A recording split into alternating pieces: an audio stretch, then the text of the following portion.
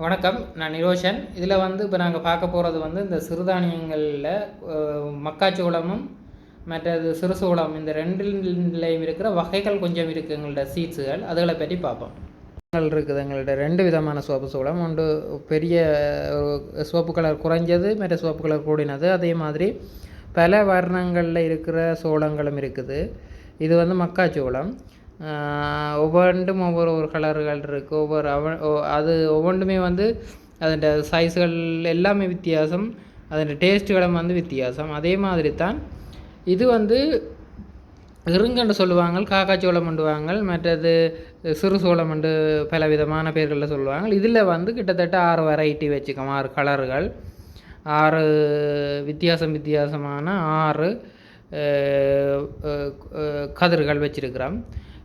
அதை தாண்டி இதை விட இன்னும் இதில் கிட்டத்தட்ட எங்கள்கிட்ட ஒரு 11 வெரைட்டி இதில் சேகரித்து வச்சுருக்கிறோம்.